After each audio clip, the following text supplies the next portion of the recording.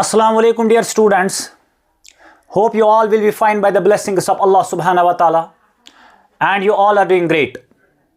Dear students, today we are going to discuss the most important concept of English grammar. The name of the concept is voice. What we are going to discuss in this concept, broadly speaking, the kinds of the voice, the first one that is the active voice and second one that is the passive voice. Okay, let us slightly move on and have a talk about the definition of the voice in detail. अगर हम voice की बात करेंगे, voice is that branch of grammar which tells us whether the subject of the sentence performs or receives an action. Voice grammar का वो branch है जिससे हमें पता चलता है, which tells us, जो हमें बताता है whether the subject of the sentence, जो एक सेंटेंस में सब्जेक्ट होता है. सब्जेक्ट का मतलब क्या है? परफॉर्मर और doer of an action in a sentence. जो ये सब्जेक्ट है ये एक्शन को परफॉर्म करता है या ये एक्शन को रिसीव करता है. जब हम एक्शन परफॉर्म की बात करते हैं तो हम एक्टिव वॉइस की बात करते हैं. इसका मतलब यह है कि इन एक्टिव वॉइस सब्जेक्ट जो होता है वो एक्शन करता है. और जब हम पैसिव वॉइस की बात करेंगे, simultaneously talk about the passive voice, इसमें एक सब्जेक्ट जो होता है वो एक्शन को रिसीव करता है. Okay, so what comes in the conclusion. Conclusion में यही आता है कि वॉइस में हमें यह पता चलता है कि जो सब्जेक्ट होता है इधर that is the receiver of an action और एक्शन परफॉर्मर, यानी कि वो एक्शन करता है या एक्शन को रिसीव करता है. Okay, let us talk about the first kind of the voice, that is the active voice. Active voice का मतलब क्या है? A verb is said to be in the active voice. एक वर्ब को हम तब कहते हैं कि ये एक्टिव वॉइस में है when its form shows that the person or thing denoted by the subject does something. What does it mean? अभी मैंने यही चीज आपको बोला कि एक्टिव वॉइस का मतलब यह है कि जब एक वर्ब जो होगी, किसमें?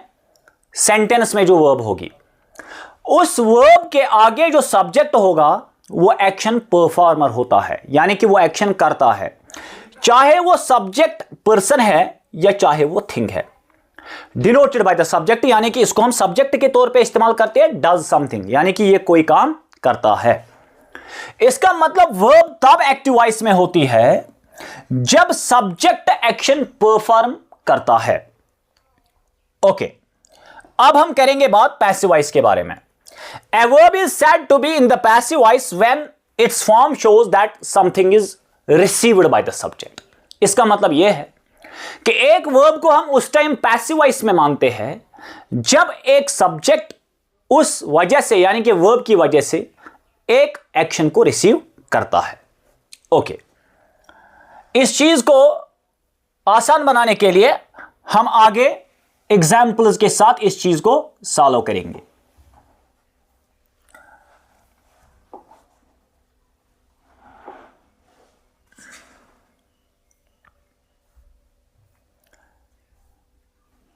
ओके, यहां पे एक एग्जाम्पल है. Have a quick glance here and try to understand. यहां पे है he is singing a song. ये यहां पे सब्जेक्ट है, this is the verb here, and a song, this is the object. This sentence is in the active voice because subject is the action performer और doer of an action, because there is he, और इसकी action क्या है? ये गाना गा रहा है. अगर इसको हम पैसिव वॉइस देखेंगे, पैसिव वॉइस में देखेंगे तो पहले नंबर पे मैंने इस ऑब्जेक्ट को लाया ए सॉन्ग, इसके बाद इसको मैंने इज बीइंग बनाया. ये कैसे बनाया? We will discuss it in detail one by one. Sung by him, sung by him. इस ही को मैंने यहां पे हिम बनाया. इसका मतलब इस सब्जेक्ट को मैंने यहां पे ऑब्जेक्ट के तौर पे इस्तेमाल किया और ये सब्जेक्ट यहां पे रिसीवर ऑफ एन एक्शन बना. और यहां पे क्या है? यहां पे है doer of an action. Okay, this was the definition of the active and the passive voice. Key points, these points are very important. अगर हम इन पॉइंट्स की बात करेंगे, पहला पॉइंट है in passive voice we use third form of verb. Passive voice में हम हमेशा थर्ड फॉर्म ऑफ वर्ब का इस्तेमाल करते हैं। Okay, at the same time I will talk about the active voice. In active voice we can use ING form, in active voice we can use the V1, simultaneously we can use the V2, simultaneously we can use the V3, but talk about the passive voice, we don't have the alternative at all. Rather than we have to use only the one form of verb, that is the third form of verb. That is the first key point. So you have to remember this very concept, because this is very, very interesting concept and the most important point we can say. In passive voice we can use only the V3. Second, in passive voice we use by, but not always. इसका मतलब यह है, जब हम active voice को passive बनाते हैं, जैसे कि यहां पे है the pen is given by her, जब हम एक्टिव को पैसिव बनाते हैं और हम सब्जेक्ट को लास्ट में लेते हैं और ऑब्जेक्ट के तौर पे इस्तेमाल करते हैं, उस ऑब्जेक्ट के सामने हम हमेशा बाय का इस्तेमाल करते हैं। बट हमेशा भी कह सकते हैं, बट कभी कभी there are few cases, exceptional cases, जहां पे एक इंडेफिनिट प्रोनाउन होगा, वहां पे अगर हम बाय का इस्तेमाल नहीं भी करेंगे तो वो चल सकता है। ओके, यहां पे हम बात करेंगे the pen is given by her. Second one, the pen is given. यहां पे बाय का इस्तेमाल मैंने नहीं किया, बट मैं तब भी मानता हूं, इस बात को मैं तस्लीम करता हूं कि यह भी पैसिव वॉइस है। क्यों? क्योंकि यहां पे V3 का इस्तेमाल किया गया है और यहां पे बाय का इस्तेमाल किया गया है। सब्जेक्ट को मैंने ऑब्जेक्ट पे लाया, यहां पे मैंने सब्जेक्ट को लिखा, इसके बाद मैंने इज को लिखा, इसके बाद मैंने गिवन को लिखा। इस इज के साथ अगर हम टेंस की बात करेंगे तो हम आईएनजी का इस्तेमाल करते हैं एक्टिव वॉइस में। इज के साथ अगर मैंने आईएनजी का इस्तेमाल किया, for example she is going, she के साथ मैंने इज का इस्तेमाल किया and it's followed by ING, it's active voice. But here this is the case here and this is here and I have used the V3 with is. जब मैं इस is के साथ या एम के साथ या आर के साथ V3 का इस्तेमाल करता हूं तो वो हमेशा पैसिव वॉइस का काम करता है। चलिए आगे चलते हैं, आगे बढ़ते हैं। अब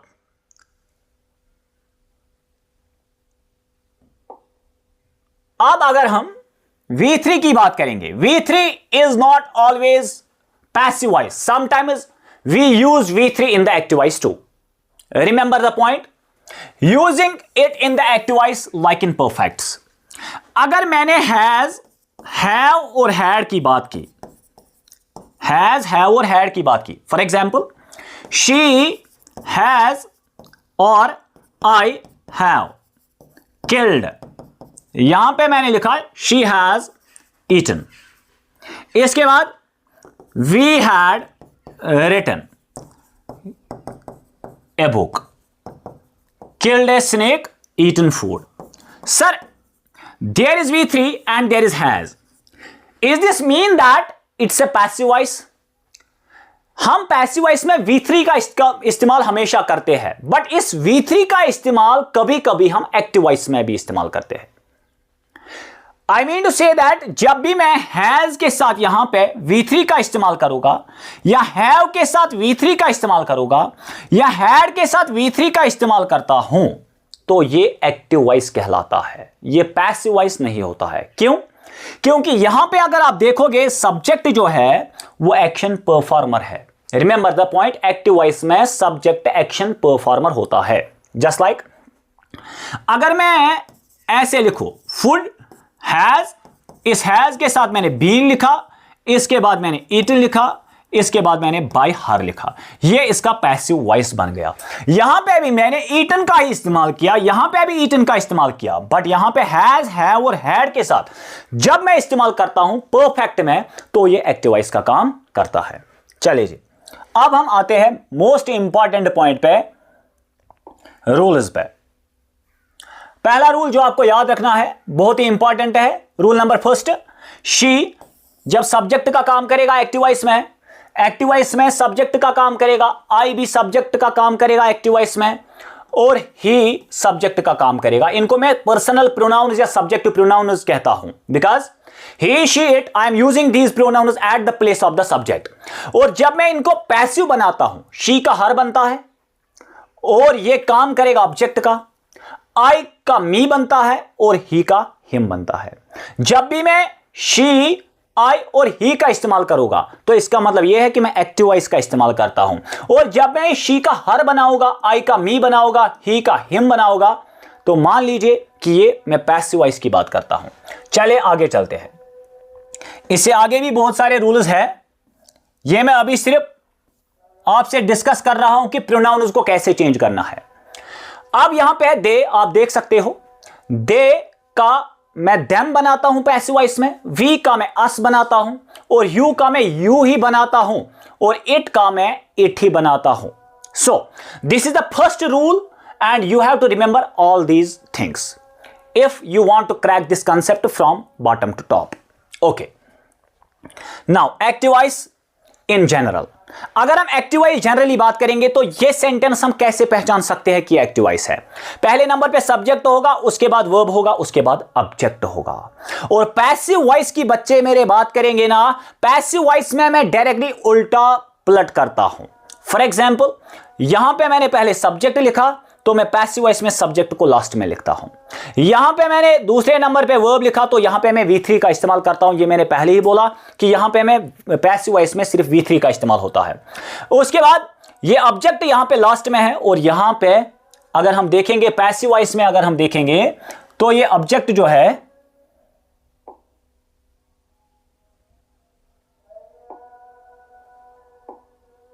ओके, तो पैसिव वॉइस में इस ऑब्जेक्ट को मैं पहले नंबर पे यानी कि सब्जेक्ट के नंबर पे लिखता हूं। बट जब मैं ऑब्जेक्ट को सब्जेक्ट के नंबर पे लिखूंगा तो ये सब्जेक्ट का ही काम करेगा। इसका मतलब ये हर नहीं रहेगा, इसका मैं शी बनाता हूं। ये अस नहीं रहेगा, इसको मैंने सब्जेक्ट के तौर पे इस्तेमाल किया तो ये वी बनेगा। इसका मतलब कि ये है कि जब मैं एक्टिव वॉइस की बात करता हूं तो मैं ये चीजें लिखता हूं, ये प्रोनाउन लिखता हूं, और जब मैं पैसिव वॉइस की बात करता हूं तो यही प्रोनाउन अपना कलर बदल देते हैं और ऑब्जेक्ट के तौर पे इस दे को इस्तेमाल नहीं कर सकते हैं, बल्कि इसकी सेकंड फॉर्म यानी कि जो इसका दूसरा कलर है, दूसरी शेप है, दैट इज देम। इनको मैं इसीलिए कहता हूं ये ऑब्जेक्टिव प्रोनाउंस है। चले आगे चलते हैं, discuss in detail one by one. Present simple, यहां से आपका कंसेप्ट शुरू होता है।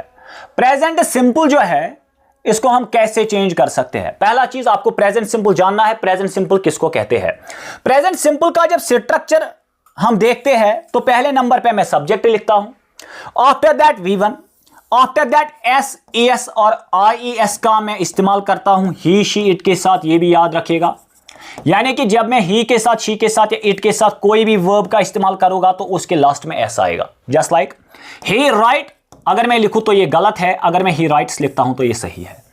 ऐसे ही शी ईट अगर मैंने लिखा तो गलत है, ईट्स मैंने लिखा तो सही है। इट रेन अगर मैंने लिखा तो गलत है, इट रेन्स अगर मैंने लिखा तो सही है। इसका मतलब थर्ड पर्सन सिंगुलर के साथ हमेशा एस, एस और IS का इस्तेमाल होता है। सब्जेक्ट के साथ अगर मैंने V1 लिखा, जैसे कि यहां पे सब्जेक्ट के साथ मैंने V1 लिखा, इसके बाद S लिखा, सब्जेक्ट के साथ V1 S, सब्जेक्ट के साथ V1 S, इसी को हम कहते हैं ये प्रेजेंट सिंपल है। और लास्ट में ऑब्जेक्ट का इस्तेमाल करते हैं, but object is not mandatory at all, यानी कि ऑब्जेक्ट जरूरी नहीं है। अगर हम लिखेंगे दैट्स बेटर, नहीं भी लिखेंगे it will not damage the meaning of the sentence at all. Okay, now passive voice की अगर बात करेंगे, ये प्रेजेंट सिंपल का एक्टिव वॉइस है। पहले नंबर पे subject he rights a book, this is active voice. She Yeats food, this is the active voice. ठीक है, ये मैंने एक्टिव वॉइस यहां पे लिखे क्योंकि subject is followed by V1 and it's followed by object. Now पहले नंबर पे मैंने यहां पे ऑब्जेक्ट लाया, ये सब्जेक्ट को मैं लास्ट में ले रहा हूं, सब्जेक्ट को मैं लास्ट में ले रहा हूं यहां पे, और आगे मैं लिखता हूं इसके बाय। अब ये V1 जो है इसका मैं हमेशा बनाता हूं V3, बट इस V3 के साथ मैं इस्तेमाल करूंगा आर, एम और is.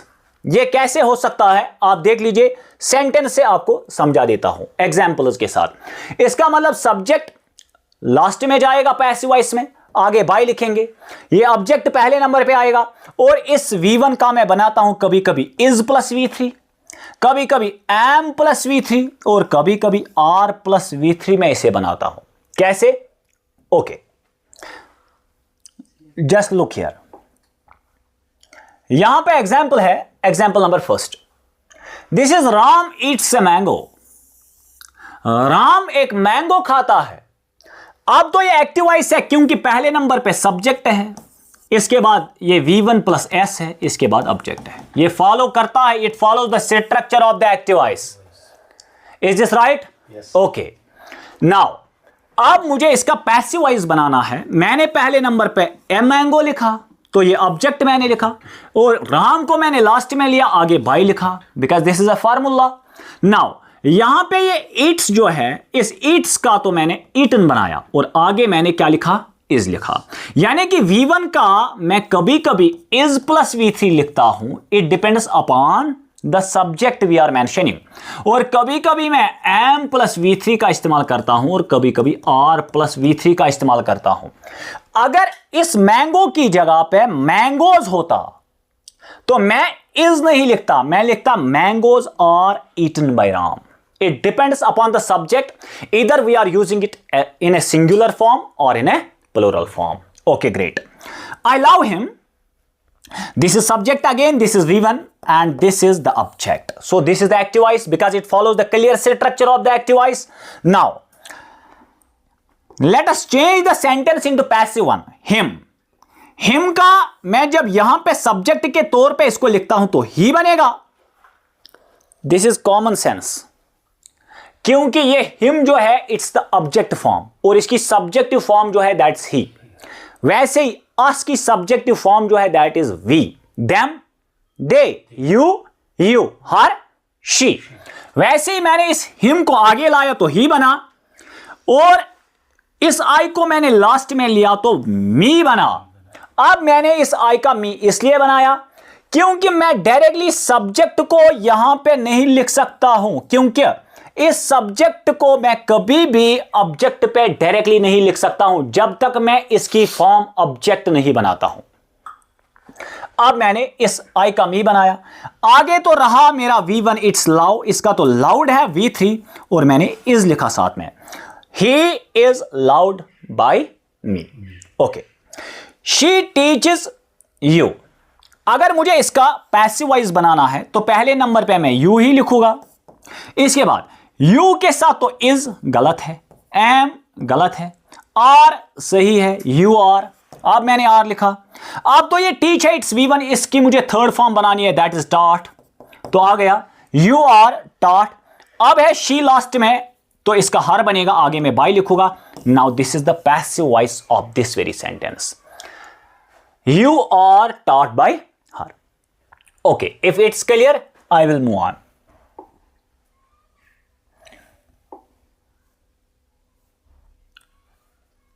One more example is here. We respect him. Him को मैंने आगे लिया तो he बना, we को मैंने लास्ट में लिया तो us बना, आगे मैंने by लिखा। अब तो respect है, इसका मैंने V3 बनाया respected और he के साथ मैंने is का इस्तेमाल किया। अब अगर यहां पे मैं you को लिखता तो ये R का इस्तेमाल करता, और अगर मैं यहां पे I को लिखता तो यहां पे is तो R नहीं आ सकता था, am आ सकता था। So it depends upon the subject how you are using the verb in it. She washed the clothes. ये washed नहीं है, washes है। She washes the clothes. अब तो ये the clothes मैंने आगे लिखा, ये प्लूरल है तो ऑब्वियसली इसके साथ हम R लिखेंगे। इस she को मैंने लास्ट में लिखा तो हर आया, आगे मैंने by लिखा और wash का तो washed मैंने बना दिया। Is it clear? Okay. Now this is very simple concept. Let's have a look here and try to digest it now. These are few questions for you and you have to change these sentences into the passive voice.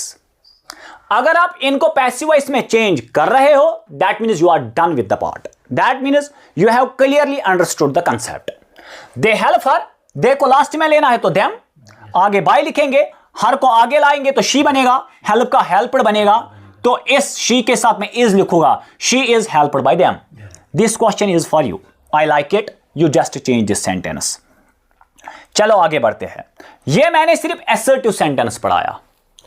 अब अगर हम बात करेंगे इसके negative sentence की, यानी कि present simple का नेगेटिव सेंटेंस क्या है, तो पहले नंबर पे हम देखेंगे इसका एक्टिव वॉइस हम कैसे बना सकते हैं।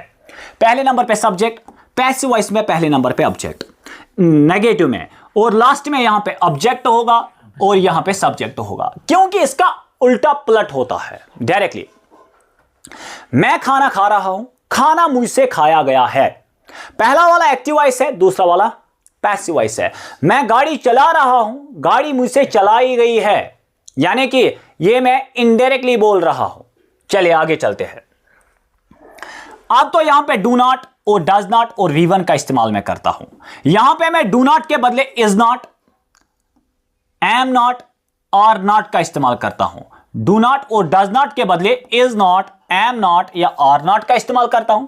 V1 का तो क्लियरली V3 बनेगा, क्योंकि एक ही बार this is the offer for ever and ever. Remember this point, whenever we will talk about the passive voice we are just using the V3 and there is not a choice in our hands to use the second form of verb or the V1 or the S form or the ing form of verb. Rather than we have to use only V3.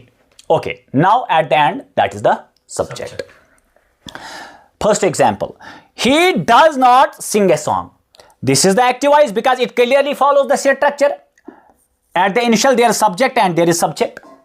After that do not or does not, there is does not. Why I have used does not here? Why not do not? Because this is a big question and sometimes it makes us troubled. यानी कि हम कभी कभी परेशान हो जाते हैं कि ही के साथ डू नॉट क्यों नहीं, डज नॉट का इस्तेमाल क्यों करते हैं। वाई सो? क्योंकि ही, शी और इट के साथ मैंने पहले ही बोला एस का इस्तेमाल करते हैं। डू तो कभी आएगा नहीं, क्योंकि third person singular he, she, it के साथ हमेशा एस फॉर्म ऑफ वर्ब का इस्तेमाल, यानी कि सिंगुलर फॉर्म ऑफ वर्ब का इस्तेमाल होता है। ही खुद सिंगुलर है, डज भी सिंगुलर है। ही के साथ अगर मैं डू का इस्तेमाल करता हूं, डू प्लूरल है, ही सिंगुलर है, तो ये कनकॉर्ड कंसेप्ट यहां पे खत्म होगा। According to the subject and verb agreement concept or a syntax concept or a concord concept, if there is a singular subject we have to use the singular verb with it, and if there is a plural subject we have to use the plural verb with it. So there is a singular subject, that's why I have used does, because it's a singular verb. Remember the point, all the verbs that ends at s, जिन verbs के last में s आएगा वो हमेशा singular verbs होते हैं, और जितने भी वर्ब्स दुनिया में है जिनके लास्ट में एस नहीं है वो प्लूरल है। ईट प्लूरल है, ईट्स सिंगुलर है, डू प्लूरल है, डज सिंगुलर है, और नाउन में उल्टा पलट होता है। नाउन में जब एस आएगा तो प्लूरल है, एस नहीं आएगा तो सिंगुलर है। वर्ब में ऐसा नहीं है। वर्ब में जहां पे एस वहां पे सिंगुलर, जहां पे एस, एस मीन्स सिंगुलर, जहां पे एस नहीं वहां पे प्लूरल। तो आप मुझे बता दीजिए बच्चे मेरे, ही सिंगुलर है कि प्लूरल है? ये तो सिंगुलर है, तो इसके साथ डज आएगा। अगर हम ना लिखेंगे तो कनकॉर्ड कंसेप्ट खत्म होगा।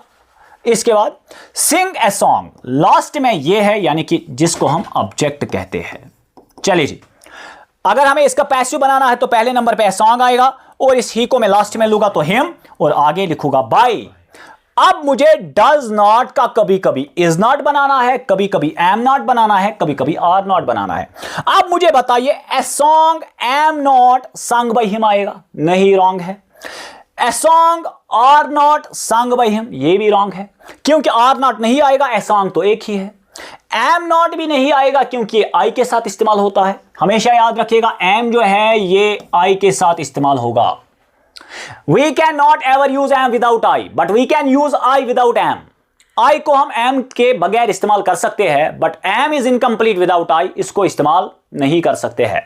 अब तो ए सॉन्ग है, इसके साथ तो ऑब्वियसली इज लगेगा। ए सॉन्ग इज नॉट, इस सिंग का मैंने थर्ड फॉर्म बनाया, दैट इज संग, सिंग, सैंग, संग बाय हिम। That's it. हो गया, ये तो हो गया। चले आगे चलते हैं। One more example is there, rest of the examples you will do at your own. यहां पे my brother does not love me, मेरा भाई जो है ये भी एक ही है, थर्ड पर्सन है, इसीलिए मैंने डज नॉट का इस्तेमाल किया। डू नॉट का इस्तेमाल नहीं कर सकता हूं। डू नॉट का इस्तेमाल आई के साथ, वी के साथ, यू के साथ और दे के साथ होगा। Why so? Because we is plural, you is plural, they is plural, I is exceptional rule. अब ही, शी और इट जो है, इनके साथ मैं हमेशा डज नॉट का इस्तेमाल करता हूं। और अगर नाउन होगा, जैसे कि यहां पे है माई ब्रदर डज नॉट लव मी, इस मी को मैंने सब्जेक्ट की जगह पे लाया तो आई, मैंने पहले ही बोला जब भी आई आएगा तो सोचना कुछ भी नहीं है, एम नॉट का इस्तेमाल करना है, आई एम नॉट। अब तो ये लव जो है, इसका मैंने V3 बनाया, loud bye my brother, that's it, हो गया। One more, I do not help him, पहले ही बोला आई, वी, यू और दे के साथ डू नॉट का इस्तेमाल होता है। I do not help him, him को आगे लाया तो ही, इस आई को लास्ट में लिया तो मी, आगे बाई लिखा, इस हेल्प का तो हेल्पर बनेगा, यहां पे मैंने हेल्प लिखा है सॉरी, तो इसका हेल्पर बनेगा और इस डू नॉट का बनेगा is not. He is not helped by me. अगर मैं ऐसे लिखूं, ही एम नॉट, रॉन्ग है, ही आर नॉट, ये भी रॉन्ग है, because are is plural and he is singular. This is the negative, this is the negative example of present simple. Okay, now let's have a look here. ये वाले example आप खुद कर लीजिए। अब है हमारे पास और एक चीज जिसको हम इंटरोगेटिव सेंटेंस कहते हैं। इंटरोगेटिव सेंटेंस का मतलब है a sentence that asks a question and ends at the note of interrogation. Now, यहां पे एक्टिव वॉइस की बात करेंगे, पहले नंबर पे डज आएगा, उसके बाद डू आएगा, उसके बाद सब्जेक्ट, उसके बाद V1, उसके बाद ऑब्जेक्ट। और पैसिव वॉइस की बात करेंगे, पहले नंबर पे आएगा, इस डज और डू के बदले इज, एम और आर का हम इस्तेमाल करते हैं। इसके बाद ऑब्जेक्ट आएगा, इसके बाद ये सब्जेक्ट लास्ट में जाएगा और इस V1 का मैं V3 बना देता हूं और आगे मैं लिखता हूं बाय। यानी कि सब्जेक्ट के सामने मैं, जब मैं इसको लास्ट में लेता हूं, सब्जेक्ट को मैं जब लास्ट में लेता हूं तो ये पैसिव वॉइस बनता है। इसको मैं सब्जेक्ट की फॉर्म में नहीं लिखता हूं बल्कि ऑब्जेक्ट की फॉर्म में लिखता हूं और आगे बाय लिखता हूं। अब हम एग्जाम्पल्स के साथ इस चीज को सॉल्व करेंगे। डज, पहले नंबर पे डज, जब आपने डज पहले नंबर पे देखा, उसके बाद क्या आना चाहिए? सब्जेक्ट, शी है, बिल्कुल सब्जेक्ट है। इसके बाद सर V1, बिल्कुल V1 भी है। डज शी स्पीक, इसके बाद English, that is the object. Now this is the active voice. One question raise is here, यहां पे एक क्वेश्चन रेज होता है, वो ये है शी स्पीक्स क्यों नहीं आया, शी स्पीक क्यों आया? अभी तो मैंने बोला ही, शी, इट के साथ हम एस का इस्तेमाल करते हैं। अब यहां पे वो एस मैंने कहां पे रखा? जेब में रखा क्या? नहीं ना, जेब में नहीं रखा बच्चे मेरे, वो मैंने यहां पे इस्तेमाल कर दिया। पहले नंबर पे डज आया, यानी कि एस तो ऑलरेडी मैंने इस्तेमाल किया, दूसरा एस लाऊंगा तो इनके बीच में टक्कर, लड़ाई, फाइट हो जाएगी। और फाइट से बचने के लिए मैंने उस वाले एस को जेब में रखा और इस वाले एस को बिल्कुल लिखा। अब तो यहां पे डज शी स्पीक इंग्लिश। अब मुझे करना क्या है? इस डज की जगह पे मुझे देखना है मैं इज, एम या आर का इस्तेमाल कर सकता हूं, बिल्कुल कर सकता हूं। अब तो ये डिपेंड करेगा यहां पे जो आप सब्जेक्ट पे लिख रहे हो। अब इस इंग्लिश को मैंने पहले लिखा, एम इंग्लिश गलत है, आर इंग्लिश गलत है, क्योंकि इंग्लिश जो है ये सिंगुलर है। इज इंग्लिश, अब तो ये स्पीक जो है इसका बनेगा V3 स्पोकन। इसके बाद शी को मैंने लास्ट में लिखा हर, आगे लिखा बाय, टाटा बाय बाय, हो गया। Now do you read the stories, do you read the stories. अब इस डू यहां पे है द स्टोरीज, अब तो मैं इस डू की जगह पे इज का इस्तेमाल नहीं, आर का इस्तेमाल करूंगा, क्योंकि ये स्टोरीज है। और the stories read by you, that is the perfect answer of this question. You got it? Okay, now let's move on. बहुत सारे एग्जाम्पल्स यहां पे है, you can take the screenshot too, आप यहां से स्क्रीनशॉट भी ले सकते हो। Does he teaches the students, अब तो मैंने पहले नंबर पे द स्टूडेंट्स को लाया, आर तो यहां पे आएगा क्योंकि ये प्लूरल है, यहां पे भी प्लूरल आना चाहिए।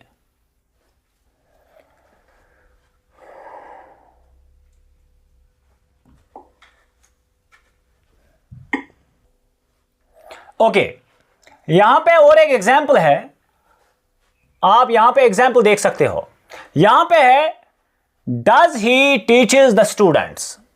अब तो मैंने यहां पे द स्टूडेंट्स को लाया तो मैंने आर का इस्तेमाल किया, करना भी है। अब इस टीच का मैंने V3 बनाया टॉट, और इस ही को मैंने लास्ट में लिया हिम और आगे बाय लिखा। चलो आगे बढ़ाते हैं इस वाले कंसेप्ट को, और अब हम बात करेंगे प्रेजेंट कंटिन्यूअस के बारे में। रूल्स इन एक्टिव वॉइस, यानी कि प्रेजेंट कंटिन्यूअस में हम कैसे एक्टिव वॉइस को बना सकते हैं and how we can change it into the passive voice. Active voice की अगर बात करेंगे तो यहां पे स्ट्रक्चर दिया गया है, you will see at the top of the board. पहले नंबर पे subject it's followed by is, am, are, after that ing, and at the end of the sentence we write what? We write subject. If we have to change it into the passive voice, इस object को पहले number पे लाएंगे, is को is की जगह पे, am की जगह पे, और r को r की जगह पे, और इनके साथ हम being का इस्तेमाल करते हैं। यानी कि is का is being, am का am being, r का r being, कभी is being या am का कभी is being बनता है। यानी कि is, am, are के साथ हम being का इस्तेमाल करते हैं। उसके बाद इस ing फॉर्म ऑफ वर्ब को हम V3 में चेंज करते हैं, क्योंकि मैंने पहले ही बोला पैसिव वॉइस में हम ing को भी, सेकंड फॉर्म को भी, फर्स्ट फॉर्म को भी, एस फॉर्म को भी V3 में चेंज करते हैं। Example, they are singing a song या दे आर सिंगिंग सॉन्ग्स, यहां पे है। ये सॉन्ग्स जो है पहले नंबर पे ये प्लूरल है, तो इसके साथ डेफिनेटली मैं आर का इस्तेमाल करूंगा। यहां पे मैंने सॉन्ग्स को पहले नंबर पे लाया और इस दे को लास्ट में ले लिया तो देम बना, और आगे मैंने बाय लिखा। बच्चे मेरे याद रखेगा, ही, शी, ही का हिम बनता है और शी का हर बनता है। यानी कि इस सब्जेक्ट को मैं जब लास्ट में लेता हूं तो हिम बनेगा, और अगर मैं इस हिम को पहले नंबर पे लाऊंगा यानी कि सब्जेक्ट की जगह पे लाऊंगा तो ही बनेगा। इसका मतलब कि अगर मैं शी का इस्तेमाल करता हूं सब्जेक्ट पे, इसको अगर मैं ऑब्जेक्ट पे लेता हूं तो हर बनेगा, और इस हर को अगर मैं वापस सब्जेक्ट की जगह दूंगा तो ये फिर से शी बनेगा। ठीक है, वैसे ही यहां पे मैंने सॉन्ग्स को यहां पे लिखा, इसके बाद आर का मैंने बनाया आर बीइंग। क्यों बनाया? क्योंकि ये सॉन्ग्स है, सॉन्ग्स के साथ तो आर ही इस्तेमाल होगा, और यहां पे फार्मूला मैंने अप्लाई की बीइंग। इसका मतलब पहले नंबर पे ऑब्जेक्ट लिखा तो ऑब्जेक्ट लिखा, इसके बाद आर बीइंग भी आया। अब आना चाहिए V3, तो मैंने V3 का इस्तेमाल किया सॉन्ग, इसके बाद बाय मैंने इस्तेमाल किया और दे का बनाया देम। दैट्स इट, हो गया। अब यहां पे one more example, she is helping his mother. She is helping his mother. His mother को मैंने पहले नंबर पे लिया, इस शी को लास्ट में लिया तो हर बना, आगे मैंने लिखा बाय। अब ये हेल्पिंग जो है और हिज जो है, हिज मदर इज का बनेगा इज बीइंग, इसके बाद इस हेल्पिंग का मैंने V3 बनाया, इट्स हेल्प्ड बाय हर। ऐसे ही है, शी इज वैक्सिंग मी। मैंने पहले ही बोला अगर इस मी को मैं वापस लेता हूं सब्जेक्ट की जगह पे तो ये मी नहीं रहेगा, यानी कि ये ऑब्जेक्टिव प्रोनाउन नहीं रहेगा, बल्कि it will be changed into the subjective और द पर्सनल प्रोनाउन। इसका मतलब यह है मी का बनेगा आई, इसके बाद इस शी का लास्ट में बनेगा हर, आगे में लिखूंगा बाई। अब अगर मैंने इस आई को यहां पे लिखा, बात को समझ लेना, कंसेप्ट जो है बहुत इंटरेस्टिंग आ रहा है। अभी तक मैंने इसको इज बीइंग बनाया, आर को आर बीइंग बनाया। अब तो आई क्या एम का मैं एम बीइंग बना सकता हूं क्या? नहीं, वो हम देख सकते हैं। या इज का मैं हमेशा क्या इज बीइंग ही बनाता हूं, या आर का मैं हमेशा आर बीइंग ही बनाता हूं। ये जरूरी नहीं है, it's not a fixed rule at all, it depends upon the subject. if it will be a singular subject, you have to use is being. If you are going to write the plural subject, you have to use are being, and at the place of the subject, if we are writing I, then we have to write am being. Okay, she is waxing me. There is an example, you can understand through this example. यहां पे me जो है इसको मैंने आगे लाया तो इसका I बना, इस she को मैंने लास्ट में लिया तो हर बना। अब तो इज जो है क्या इज का इज बीइंग बनेगा कि नहीं, डिपेंड्स अपॉन द सब्जेक्ट। आई जो है आई इज बीइंग नहीं आएगा, आई एम बीइंग, इसका मतलब इज का मैंने एम बीइंग बनाया। ठीक है, और कभी कभी एम का मैं इज बीइंग भी बनाता हूं, कभी कभी आर का भी मैं इज बीइंग ही बनाता हूं। बात को समझ लेना, ये डिपेंड करता है सब्जेक्ट पे। इसके बाद ये वैक्सिंग जो है ये वैक्सड बना बाय हर, दैट्स इट। हो गया। चलो आगे चलते हैं। One more example, they are doing it. It को मैंने आगे लिया, चाहे मैं इट को सब्जेक्ट की जगह पे लिखूं या ऑब्जेक्ट की जगह पे, ये अपना शेप चेंज नहीं करता है। तो मैंने इट लिखा, इसके बाद आर का मैंने इज बीइंग लिखा। क्यों लिखा? क्योंकि यहां पे सिंगुलर आया। It is being. इस डू का मैंने डन बनाया और दे को लास्ट में लिया तो देम, आगे लिखा by. Is it clear? This is very very simple and interesting concept. What it needs only the concentration and a focus. She is eating food, यहां पे फूड जो है आगे लिखूंगा तो फूड आया। शी को लास्ट में लिया तो हर है, आगे मैंने बाय लिखा। बात को समझ लेना अच्छे से। इस ईटिंग को मैंने ईटन बनाया और इस इज का मैंने इज बीइंग बनाया। क्यों बनाया? क्योंकि ये सिंगुलर ही है। Food is being eaten by her. हो गया ये वाला कंसेप्ट। चलिए आगे बढ़ते हैं। अब है इसका नेगेटिव। जैसे प्रेजेंट सिंपल में हमने नेगेटिव किया, वैसे ही हम प्रेजेंट कंटिन्यूअस में भी नेगेटिव कर लेंगे। सर नेगेटिव कैसे करेंगे?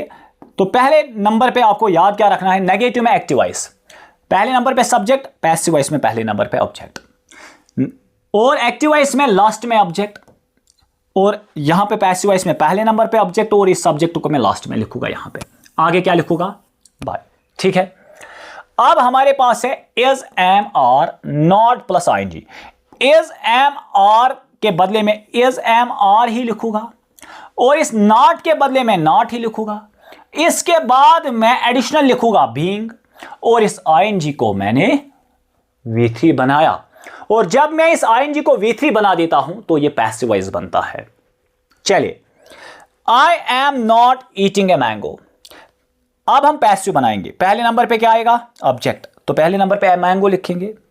इसके बाद इस आई को मैं लास्ट में लूंगा तो मी, आगे क्या लिखूंगा? बाय। इसका मतलब ये आई मैंने खत्म किया। ए मैंगो ये मैं पहले नंबर पे लिखूंगा। बात को समझ लेना। ए मैंगो में जब मैंने लिखा, एम तो नहीं आएगा। अब ए मैंगो एम नॉट तो नहीं आएगा। अगर यहां पे आई होता तो मैं लिखता एम नॉट, बट यहां पे है ए मैंगो। इसके बाद एम की जगह पे मैं इज लिखूंगा, इस नॉट की जगह पे नॉट, यानी कि मैंगो इज नॉट। ये यहां तक आ गया, इज यहां तक, इज नॉट। इसके बाद क्या आएगा? बीइंग, तो मैं बीइंग लिखूंगा। इसके बाद इस आईएनजी के बदले आएगा V3, ईटन बाय मी। ठीक है, ओके। चलो आगे बढ़ते हैं। यहां पे कुछ एग्जाम्पल्स है। इन एग्जाम्पल्स को पढ़ के आपको ये वाला कंसेप्ट आराम के साथ समझ में आएगा। They are not singing songs. Songs को पहले नंबर पे लाया, दे को लास्ट में लिया तो देम, आगे लिखा बाय। इस सिंगिंग का मैंने संग बना दिया V3। अब तो इस नॉट की जगह पे नॉट और बीइंग का इस्तेमाल एडिशनल करना है। ये तो फार्मूला में है। अब ये आर जो है, आर की जगह पे आर ही लिखा क्योंकि ये प्लूरल है। इसका मतलब ये है songs are not being sung by them, that's it. They are not cutting the old trees. The old trees को पहले लिखा, इसके बाद ये ट्रीज है, इसका मतलब आर चेंज नहीं होगा तो आर ही आएगा। नॉट की जगह पे नॉट, और इसके आगे मैंने बीइंग लिखा। इसके बाद कट बाय देम, यानी कि दे को जब मैं लास्ट में लिखता हूं देम, इसके सामने मैं बाय लिखता हूं। और कभी कभी अगर लिखूंगा भी नहीं तो वो भी चलेगा। चलो आगे चलते।